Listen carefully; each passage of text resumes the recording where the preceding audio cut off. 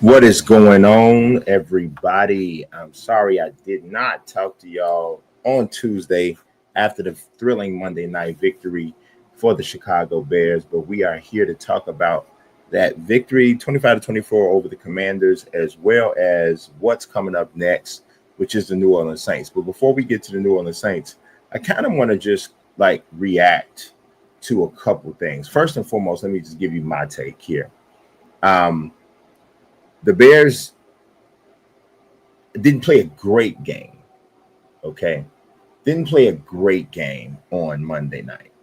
But I think part of the thing that has everyone excited is because even though they didn't play a great game, they still found a way to win. And that is really what good teams do. And you'll see that in pretty much in every sport. Good teams find a way to win games even when they don't play their best.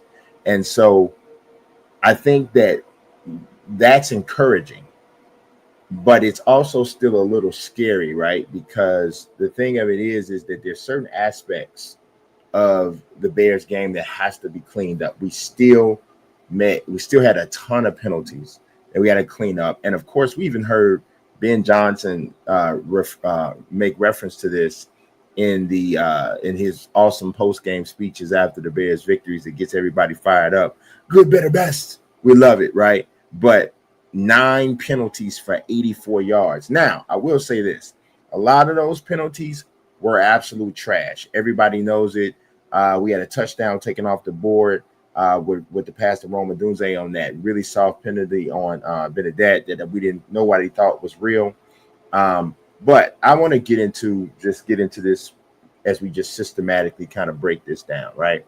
So I'm going to do it in a form of kind of reacting to some of the things that I've seen other people talking about in regards to this particular, what took place here. So let me just kind of go over some stuff here because I look at a few different things, right? I looked at Bears Wire. I looked at a couple of those spots just to kind of see what people were talking about. So let's look at that. All right, this first one here is the grades, okay? And so this is Vincent Parisi. I think he graded. And I'm going to just go over this and we're going to talk about what I agree with, and what I don't agree with, right? So for offense, he gave the offense a B. I want to say I almost agree with this. I would probably say a B minus. And here's the reason why I would say a B minus is because while I thought, and obviously we ran the ball as well as we've run the ball all year in this game, while I knew that we ran the ball well, I did not think, and this is seemingly different from a lot of people. And if you watch my stream, you know what I thought. I did not think that Caleb Williams played great. I was happy we got the victory, and he didn't play the worst football I've ever seen. 252 yards passing, a touchdown, no picks, ran for a touchdown.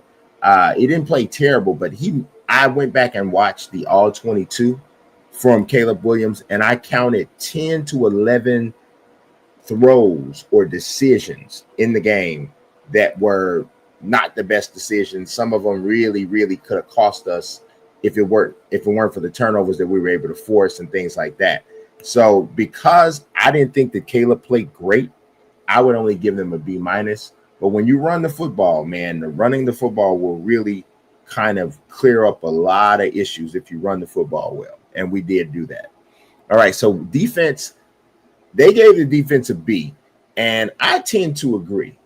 And I think it was Lance Briggs gave a grade, and he gave the defense a D. And I was like, Lance, what are you talking about, bro? Like, I understand what you mean. Like, the defense played pretty well. I mean, Washington came into this game, y'all. Let me just understand this. Washington came in this game with, I think, the number 1 rushing attack in the NFL. And yes, we did ultimately end up giving up 124 yards on the ground. But I thought we played decently against the run. We gave up 4 yards a carry. But some of that stuff was from some bigger rushes that happened on misdirection stuff. I think there was one that was like, it wasn't a reverse, it wasn't a jet sweep, but it was a misdirection where the wide receiver ended up getting a pretty big run. I don't count those kinds of rushing yards as much against your run defense because it's not traditional run defense. So I didn't think that the run defense was bad. Obviously, those turnovers, without the turnovers that we forced, we don't win this game. And the last one wasn't really a forced turnover as much as it was a mistake on the commander side. But either way, those turnovers were huge. Without those turnovers, we don't win the game. So I don't know how we could get anything less than a B on defense, to be honest. So I agree there. Special teams are A. I categorically disagree with this in every way, right? Sure, Jake Moody hit 4 field goals. Sure, he hit the game-winning field goal. Sure, it was great to see a kicker come from the practice squad and somewhat not miss a beat. But you cannot give special teams an A if you consider the fact that we did not cover kickoffs well at all. Luke McCaffrey had, I want to say, 3 returns of like 30 yards or more in the game. And then also, let's not forget that Jake Moody had a field goal blocked. So that's not an A performance from a special teams unit at all, unless you're just talking about field goals and extra points. No way in the world. I would give Jake Moody saved it from being much worse, but I would give this a C+ on special teams. Jake Moody's game-winning field goal saved this unit from being worse because we did not cover kickoffs well at all.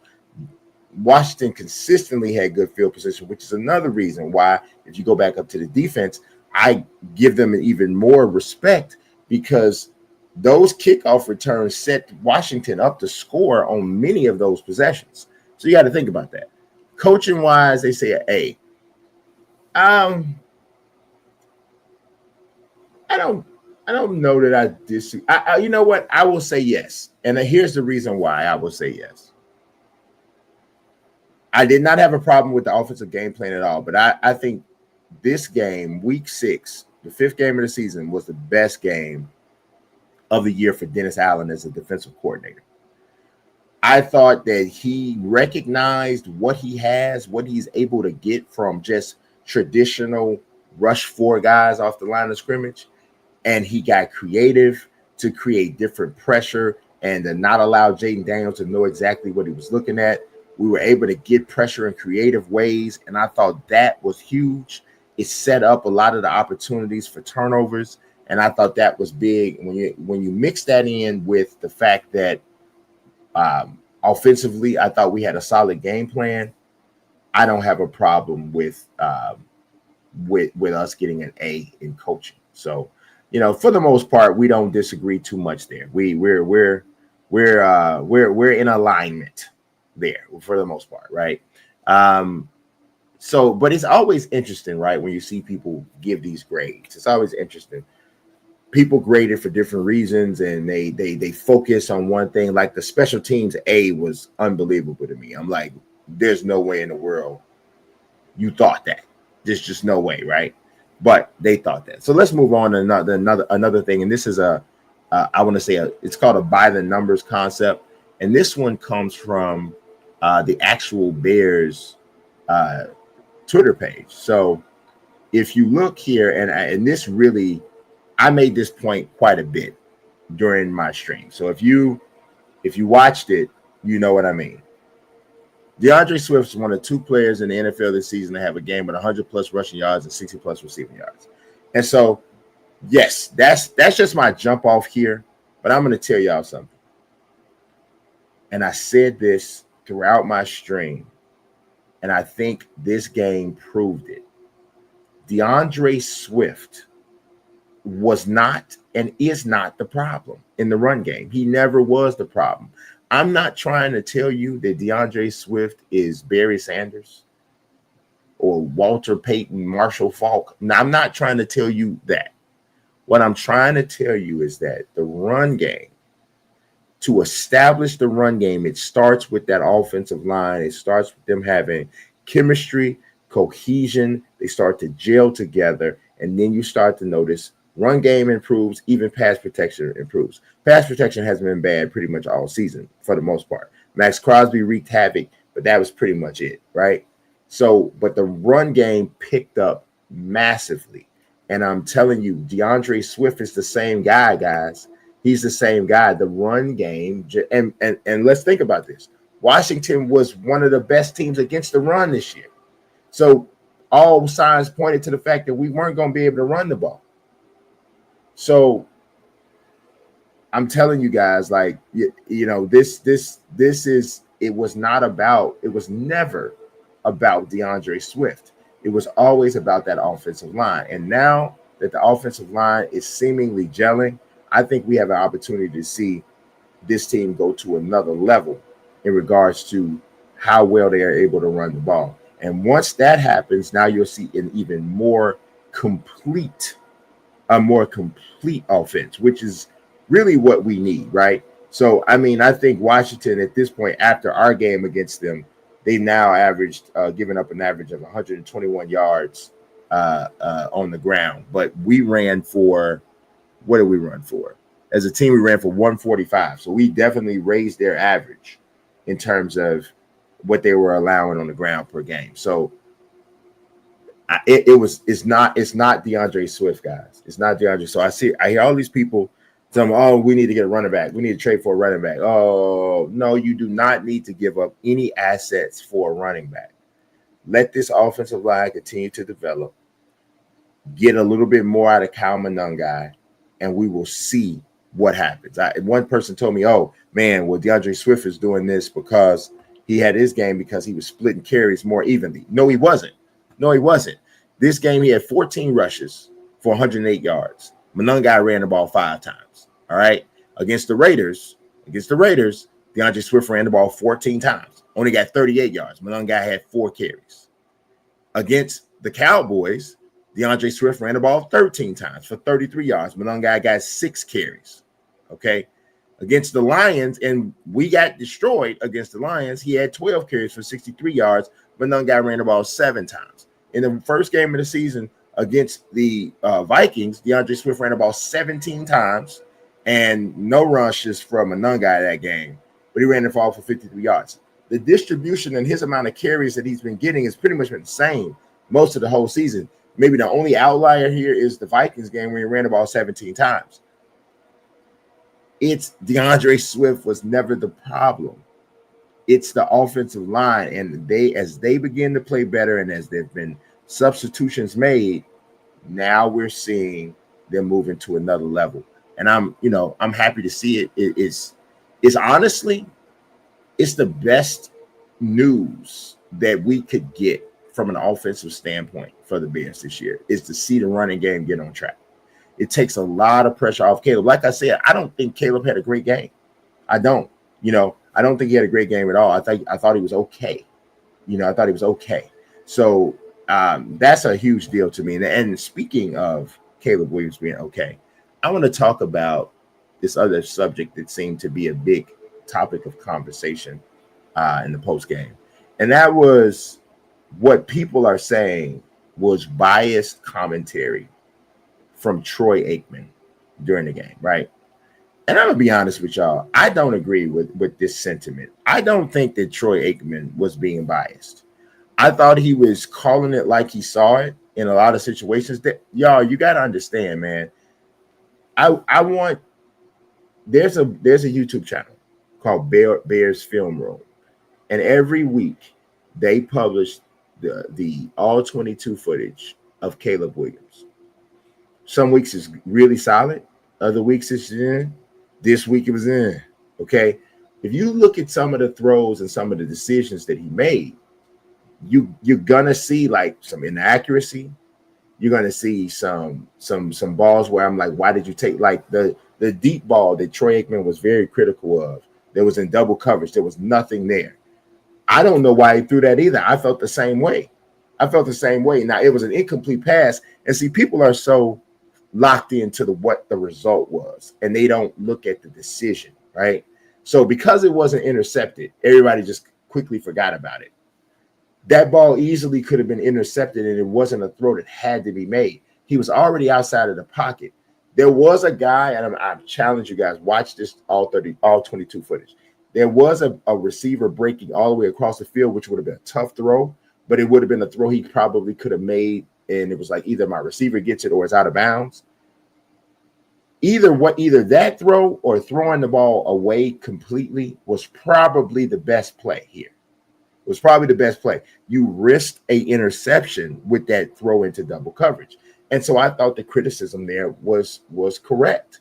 Now, some people are saying that the pass he threw to Olamide Zaccheaus dropped, Aikman was trying to blame him. I don't think that he was blaming him at all. He literally said, if Zaccheaus catches this, he's gone. The throw was slightly behind Zaccheaus, but that is absolutely a pass that Zaccheaus has to make. He has to catch. He has to make that play. That is not on Caleb Williams at all. Caleb put that ball where it was supposed to be. He made the right read. Yeah, he hit his guy. That was the right play. And I didn't take what Aikman said as criticism there. He said he was lucky on a couple plays, and he was, because there was one play in the red zone that was deflected, and it was like it could have been intercepted, and he got lucky that it wasn't intercepted, and that wasn't the right throw. There were so many opportunities to check the ball down to DeAndre Swift, honestly, that he didn't take. So just because he didn't throw any picks doesn't mean that he made the right decision on some of these plays. And I think some people have resigned themselves to this role as a Caleb Williams apologist at all cost. And it's not like, you gotta, in my opinion, you still got to keep it real, right? You still got to keep, just because I say that I don't agree with what, I feel like Caleb Williams didn't play good on this play, or that doesn't mean I hate Caleb Williams. It doesn't mean I'm rooting against him. It just means I'm calling it as I saw it. And as I saw it, some of these passes were not the right pass. But all right, let's go. Next down, we'll make a better play. And I said he's pissing me off. Oh my God, I yelled at him and all that. But that's in the middle of the game. Yeah, but he's still the right quarterback. He's still going to be solid. He's still going to be a good player. It's just those time periods, it just didn't work out, right? Just didn't work out. So all of that said, like I said, defense, 12 takeaways, 8 interceptions, forced fumbles so far this season. If you really consider the fact that this defense has performed this way with the injuries that they've had and the lack of pressure from the front four, it's really pretty amazing. Pretty amazing. The secondary hasn't been in order all year. Kyler Gordon did not look like himself at all.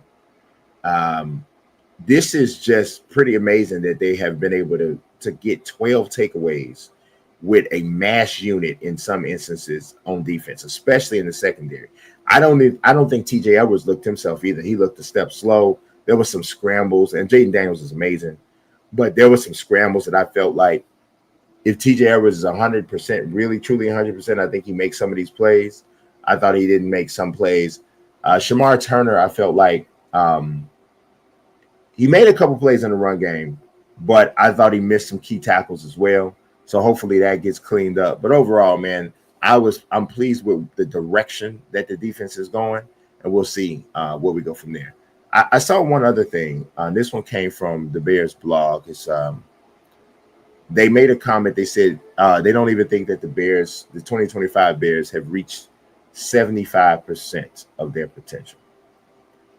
I would have to agree. I think that from a talent standpoint and from a leadership standpoint, this team, honestly, if you really ask me, I think the Bears should be 4-1. I really do. I think we're 3-2 right now. The game that got away that we were really supposed to win was the Vikings game. The Bears should be sitting at 4-1 right now. And based off that record, they'd be in first place. Because I believe the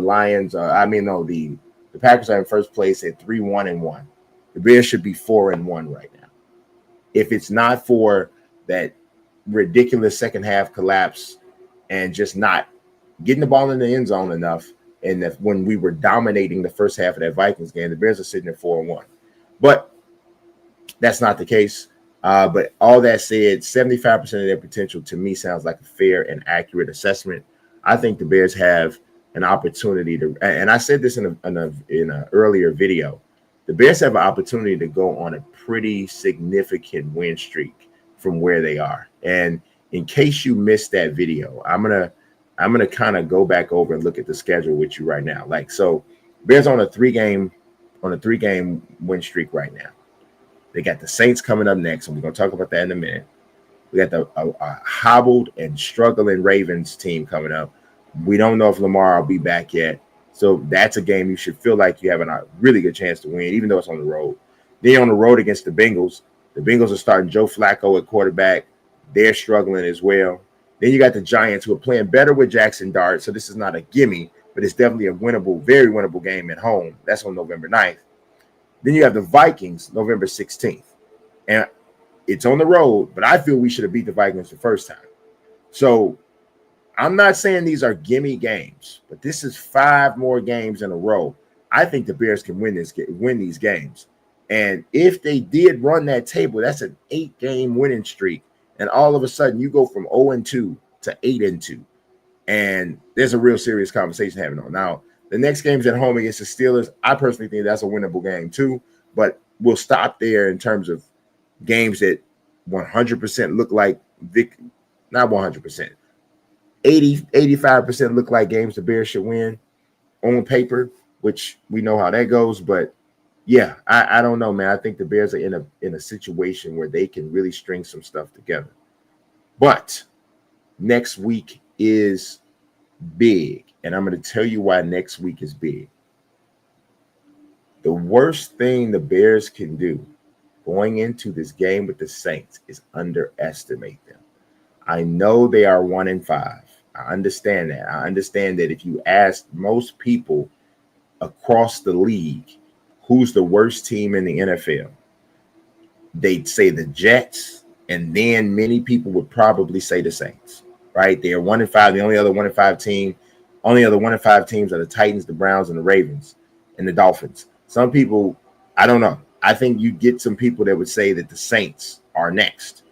Either way, they're 1-5, right? If you look at their, like their plus minus across the year is minus 49, but the Bears is minus 15, but that's because they got blown out by the Lions. But what I want you to look at, though, is look at where the Saints rank when it comes to on offensive and defensive metrics across the board, and also look at their games. While they've lost 5 games, 3 of those losses have been by 1 score or less. I mean, by 1 score. They cannot, especially, afford to let this slip and go into this game overconfident. I see somebody in the chat, Broski Bear, says the Bears on a short week on an emotional high can't overlook the Saints. Exactly. This is the definition of a trap game, if you allow it to be. This is the definition of a trap game. The Saints are coming in here. They're 1-5. The Bears are on riding high. 2 very emotional victories. This is a perfect setup for a team with a young quarterback coming in here, nothing to lose, tattooed around their gun wounds, everything to gain embedded in their brains, to come in here and pull a massive upset that would essentially just about derail all of the momentum that the Bears have established over the course of these last few weeks. And I would hate this. Dude, as Bears fans, I want to ask y'all, how empty are you going to feel on Sunday afternoon if we allow the Saints to come in here and pull this upset and derail all of this momentum? The Bears have to get down on this team early. We cannot have a slow start. We cannot have all these situations where we're failing to get the ball into the end zone, and we're having all of these drives where we're settling for field goals. We got to clean up these penalties. Teams that lose a lot or have lost a lot get used to losing. And so when you show them, yes, here's another loss coming early, they're less likely to get into a place where they feel like, oh, this is our win. This is a win. This is a win we can have. They're going to come out fired up. Of course they are. They're playing a team on a 3-game win streak. They're 1-5. This is a younger team in some spaces. They had an opportunity to come out and make a statement. the Bears have to show them early that it's not going to be that. How do you do that? You establish the run game early. You don't have penalties. You sustain drives and finish them with touchdowns rather than settling for field goals. And you have to make Spencer Rattler uncomfortable early. And so this is where I feel the most confident, right? This is where I feel the most confident about this game. I believe that the way that Dennis Allen schemes, it is perfect to disrupt the rhythm and the confidence of a young quarterback. And now some veteran quarterbacks, maybe not as much, but young quarterbacks, I think it is perfect to disrupt the scheme and the confidence of a young quarterback. So that is where I have a lot of confidence. But we have to stop the run again. As we didn't stop the run against the Commanders. We were better, I think, than what a lot of people expected us to be against the run. And they have to show up against the run, and they have to get pressure on Rattler. If we can do that, we can avoid a pitfall of a loss. But I am nervous about this game. I am nervous about this game because it looks like one that we should walk away with a victory. But we'll see. We'll talk a little bit more later this week. That's all I have for you guys today. If you have not yet hit that like button, please do. If you have not yet subscribed, please do that as well. I appreciate you watching as always. God bless and peace.